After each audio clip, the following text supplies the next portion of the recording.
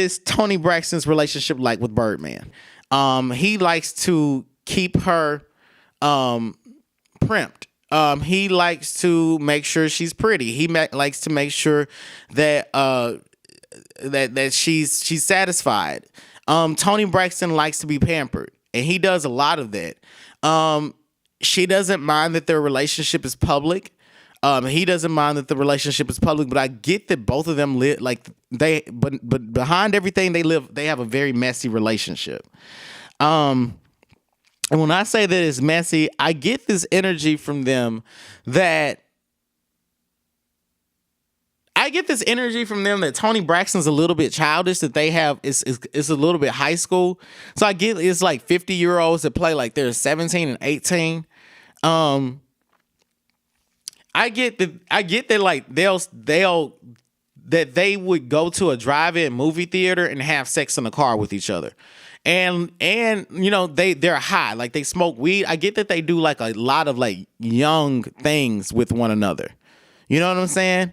And when I say young things, I do get that they do the more white, you know, they do the white collar social activities, such as, you know, they may golf or go on a yacht with one another, but they do some ratchet shit.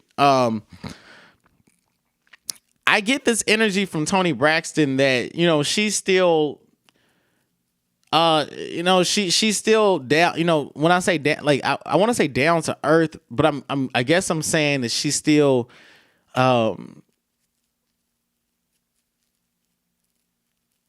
she still likes low class things. You know, she still likes like very common experiences. You know, she wouldn't mind going to Applebee's with Birdman every once in a while. You know, but Birdman, he likes luxury.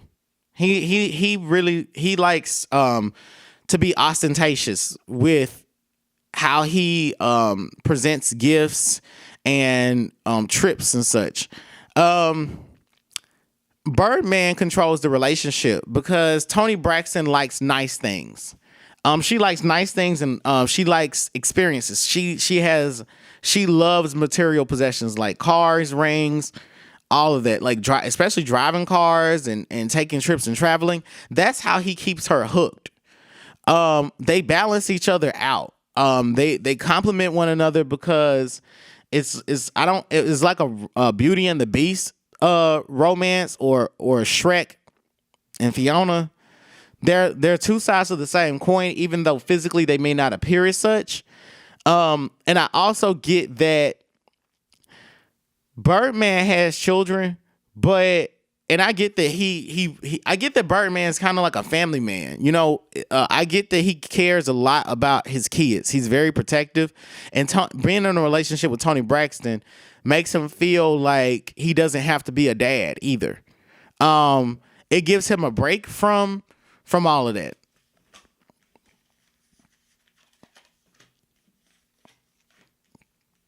It was Tony Braxton's. Tony Braxton wanted to get married to Birdman. She, I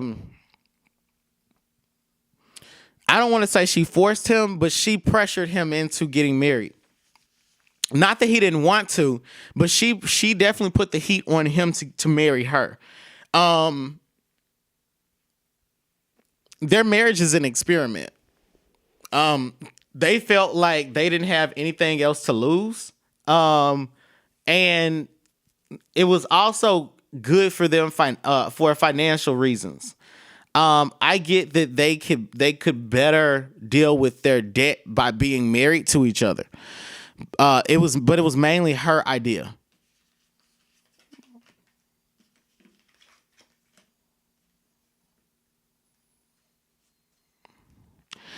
Tony would like for more of their relationship to be out in the public. She would, but I also get that she doesn't, but also I get that like she knows that it's unpredictable. But Tony would be the one that's more open to doing it because she would want, she feels like they have, Tony Braxton knows the game, okay? She knows that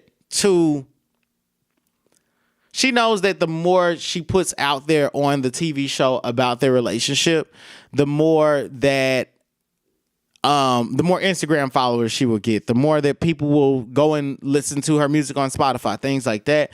But it's Birdman that keeps her on a leash.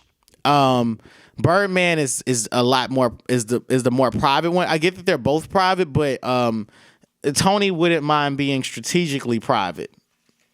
To where she releases certain info to create a buzz around both their careers. Her son likes him a lot. And I also get that since Birdman has been dealing with Tony Braxton, he's tried to cut other women off. I do get that Birdman is a womanizer, but I also get that Tony Braxton has an elderly energy, and she's been having this influence over him where he doesn't really want to deal with other women. I get that she takes up a lot of his time and a lot of his money. He doesn't really have the time and the money to deal with other women. And if he does, not even if he does, he just doesn't have the time to do it. Okay, so I'm going to shuffle these cards and then I'm going to ask a few more questions.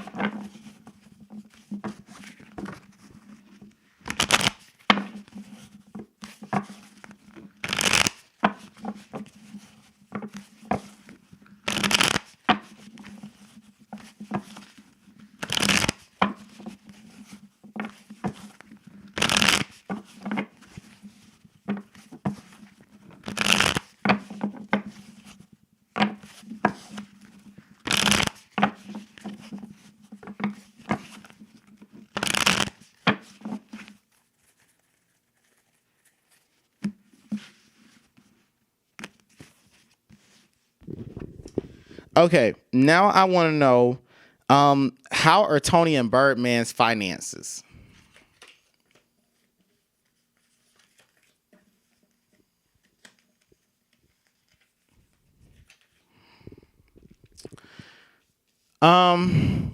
Again, their marriage was their marriage helped them to save money.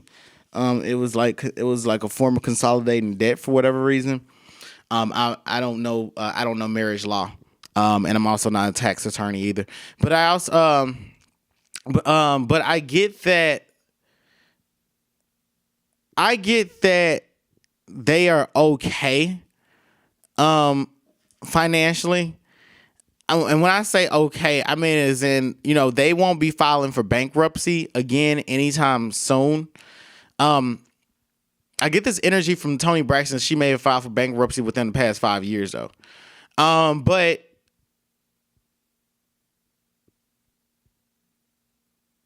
Spirit is basically saying that they're saving money by investing it into music. They're putting their money into like publishing and writing deals. They're trying to consolidate their money that way. They're trying to make it about like collecting dividends and residual payments. Not much about like pushing more music out for either of them because it costs them, but they're trying to get other people to pay them at this time. Let me see.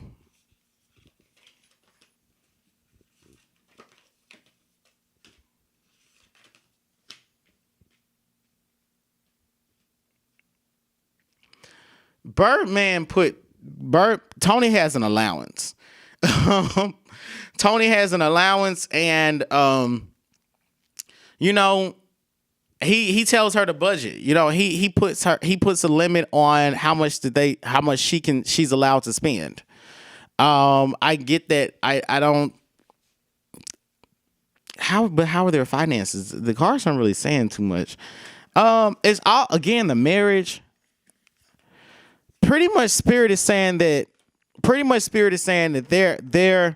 they're rebuilding right now. Okay, they're both financially rebuilding, and there are few obstacles because they're married, and they are able to they were able to consolidate a lot of debt. I mean, that's as simple as that. The marriage helped both of them financially. The Six of Wands is specifically talking about. I get that things may smooth out for their finances. You know, it's gonna take about 10 years for Birdman, but I get that maybe for Tony, maybe like 5. But I get for 10 for Birdman because he has to pay people. He has money that he has to pay, or he's still tied up in court with things. But their marriage is helping to protect their finances.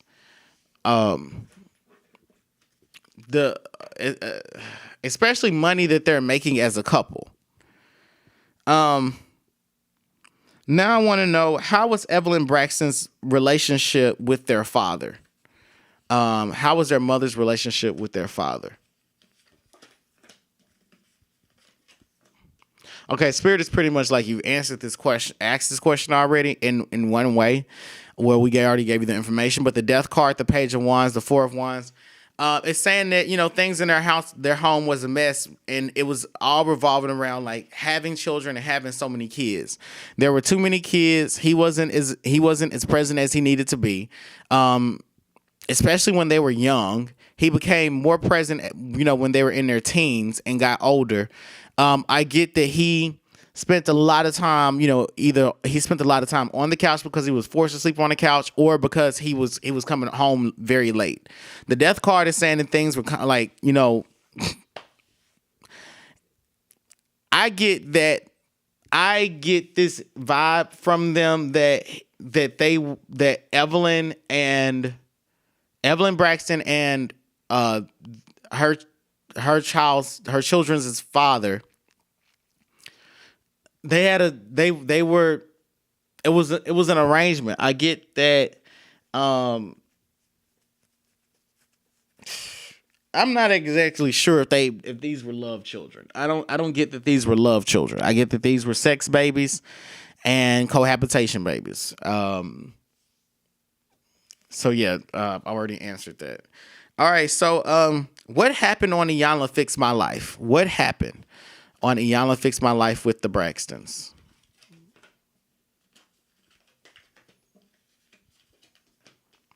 Well, I see one thing. There's going to be an exercise that Iyanla has them do.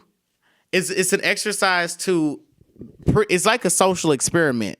And this exercise is going to pretty much expose the dysfunction between them and how they can't get along. But it's going to be an exercise that they need to complete, like a game. But they're not going to complete it. The Nine of Wands is saying that they're going to all turn on Iyanla in some way. I get that not all of them are going to turn on Iyanla. It's just that it's not going to be that, oh, all of them are like, oh, you came for my sister, fuck you, Iyanla. It's going to be Iyanla has triggered half of them in some way. She's triggered half of them based around things that happened to them in their childhood and things that are replaying out with them as adults. And these things are keeping them from bonding as sisters. There's going to be a moment where Iyanla needs to nurse one of them or care for one of them. She's going to win over, and she's going to have them thinking that there was some progress in their own individual life. And this one in particular, she's going to feel as though about 2 or 3 of them are not listening or trying to really work with Iyanla.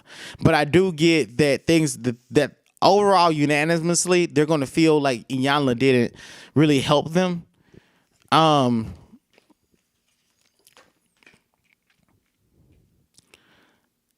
The youngest one is going to be upset because Iyanla brings up things with the father. Things with the father, and also things with the husband. And I get that it's going to be about the father not being present and how that affects her. And I also get that it's going to be about the husband having a temper and being wishy-washy in the marriage. I also get that both of them, the father and the husband, have been dangling themselves in front of her, kind of like they're in and out, hot and cold. They're emotionally supportive. They're either emotionally and financially supportive, and then they withdraw. Emotionally, financially supportive, then they withdraw, and it's like it's a yo-yo for her, and she didn't like that was exposed. I get a lot of this is going to deal with childhood trauma. A lot of things coming forward, because it's going to be like, well, where's the father? You know, where's the father? What about the father? Let me see what else. The audience, we're going to be able to connect a lot of the dots from the outside looking in, as far as how this family dysfunction started with Evelyn Braxton and her being confused about her status in life as a woman who was a young woman who was becoming a mother. I also get that Iyanla's going to be exposing things about them, like, why is it that you can't, there's a generational pattern here where you all can't, have bad relationships with men, and, you have to constantly let them go.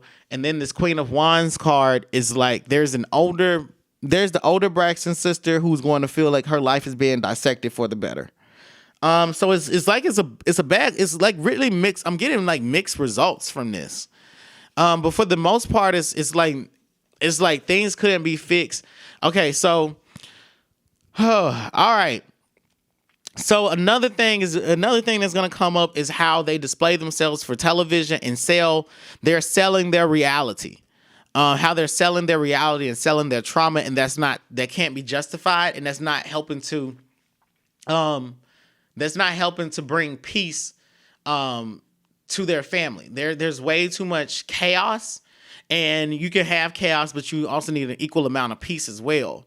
And right now, there's just too much chaos, and it's being sold as reality, and that's trapping them in the illusion of television, that they're pretty much continuing to play out dysfunction that they've seen on television, and they're unaddressed. They all have unaddressed like intimate relationship problems or spousal problems, and that affects how they bond with each other individually and how they choose to act with one another.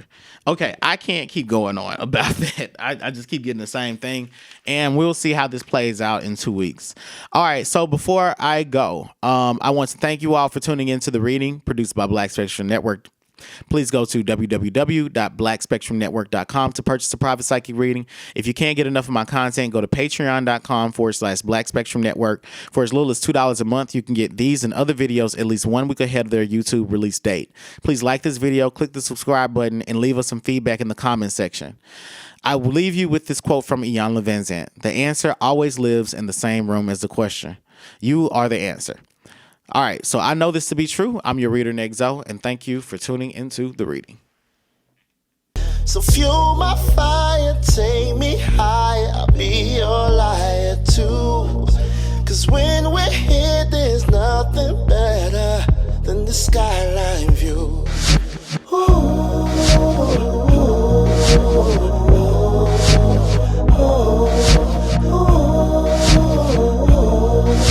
I love this skyline view.